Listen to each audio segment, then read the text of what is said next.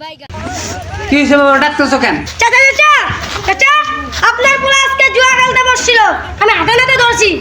এই হারামজাদা প্রতিদিন আমার মান সম্মান খাইবো। কতবার করে কইছে আমি জুয়া খেলতে না, এই হারামজাদা তাও যায় জুয়া খেলায়। চাচা চাচা, এর একটা সাইজটা করেন, না আপনার মান সম্মান সব ধুলাই মিশে দিবে। আমার কপালের দোষ বাবা, কপালের দোষ। একটা অকর্ম জন্ম দিছি, সারাদিন খালি টোটো করে ওদিক ওদিক ঘুরে বেড়ায় আর জুয়া খেলায় সারাদিন। আমার মান সম্মান কিচ্ছু রাখলো না, সব মাটির সাথে মিশাই দিল।